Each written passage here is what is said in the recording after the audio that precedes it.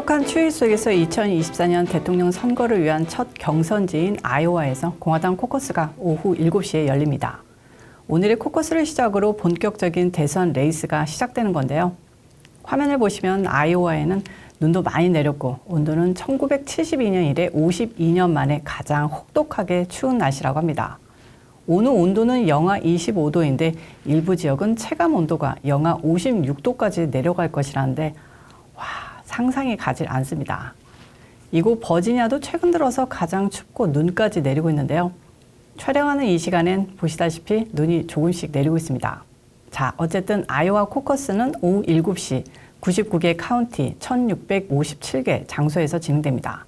코커스장을 찾은 당원들이 후보 대리인 연설을 듣고 지지 후보를 결정하는 방식인데요. 집계 결과는 오늘 밤 수시간 내로 나올 전망입니다.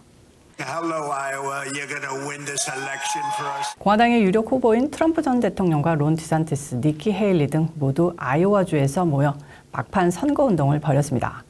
예상대로 트럼프 전 대통령이 당 후보 지명 경쟁에서 여전히 확실한 선두주자로 달리고 있긴 합니다만 이처럼 악천후 날씨로 토통은 유권자들의 투표율에 영향을 미칠 것을 인정하면서도 지지자들의 헌신에 대해 자신감을 표명하기도 했습니다. 혹한을 뚫고 코커스장에 나와 투표권을 행사할 충성도 높은 지지자를 얼마나 확보했느냐가 승부를 가를 변수 중 하나로 분석되고 있는 가운데 트럼프 지지자들의 88%는 매우 적극적인 것으로 나타났습니다. 북극 한파로 아이오와 유권자들이 투표장을 찾지 않을까 조금 걱정이 되긴 하는데요. 후보들은 유권자들이 적극적으로 투표에 나설 것을 호소하고 나섰습니다.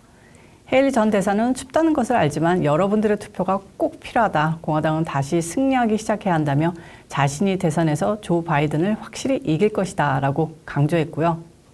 디산티스 주지사는 자신의 지지자들은 헌신적이라며 혹한에도 투표에 나설 것이라고 자신감을 내비쳤습니다. 디산티스 주지사는 또 경선은 아이오와주에서 끝나는 것이 아니라고 앞으로 계속 전진할 것이다 라고 덧붙였습니다. 지금 아이오와 경선에서 가장 긴장감 넘치는 질문은 트럼프가 득표율 50%를 넘을 것인가, 그리고 니키 헤일리가 한때 떠오르는 스타였던 주지사 론 디산티스를 능가할 것인가입니다. NBC 최근 여론조사에서 트럼프 전 대통령이 48% 지지, 이후엔 니키 헤일리가 20%로 디산티스를 앞지른 것으로 나타났고요. 디산티스 주지사는 16%로 헤일리 전 대사보다 4%나 뒤처졌습니다. 디산티스가 니키 헤일리보다 낮은 순위를 차지한다면 다음 투표주인 뉴햄프셔와 나중에 예비선거에서 경쟁력에서 치명적일 수 있다는 전망들이 나오고 있습니다. 어쨌든 디산티스 주지사는 이변을 기대하면서 코커스까지 전력 질주하고 있습니다.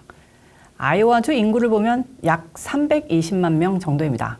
유권자 대부분이 백인이어서 미국 전체를 반영하지 못한다는 지적이 있음에도 불구하고 아이오와의 코커스가 대선 레이스의 첫 출발 테이프를 끊는다는 상징성이 있어서 풍향계의 역할을 하는 것은 여러분들도 잘 아실 텐데요.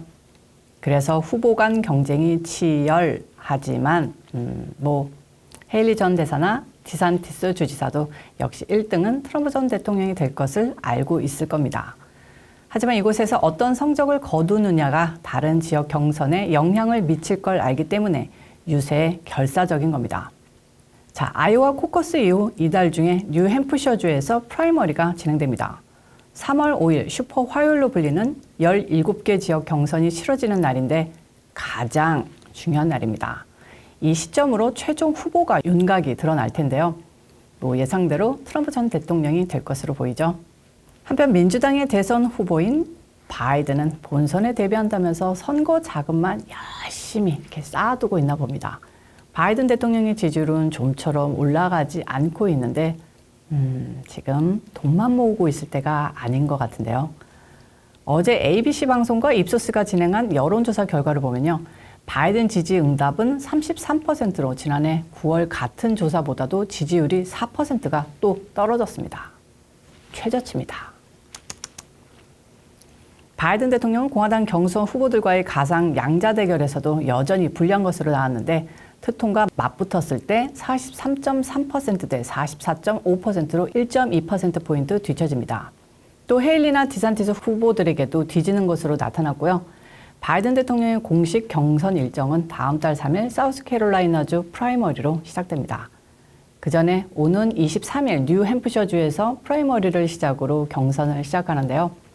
공화당, 민주당 대선 후보는 3월쯤 결정될 가능성이 높아 보입니다. 우선 오늘 코커스 결과를 기대하면서 오늘의 수다는 여기서 마치겠습니다. 시청해주셔서 감사하고요. 최근에 이제 들어서 조회수가 많이 늘어나고 있대요. 여러분들 많이 시청해주셔서 감사한데, 근데 구독자 수가 제가 분석해 볼 때는 숫자가 늘고 있거든요. 근데 여러분들이 보는 그 숫자에는 줄어든 것을 볼 수 있는데요. 저들의 숫자 장난인 건지 정말 알 길이 없습니다. 여러분들이 열심히 주변에 많이 퍼뜨려 주시면 진심 감사하겠고요.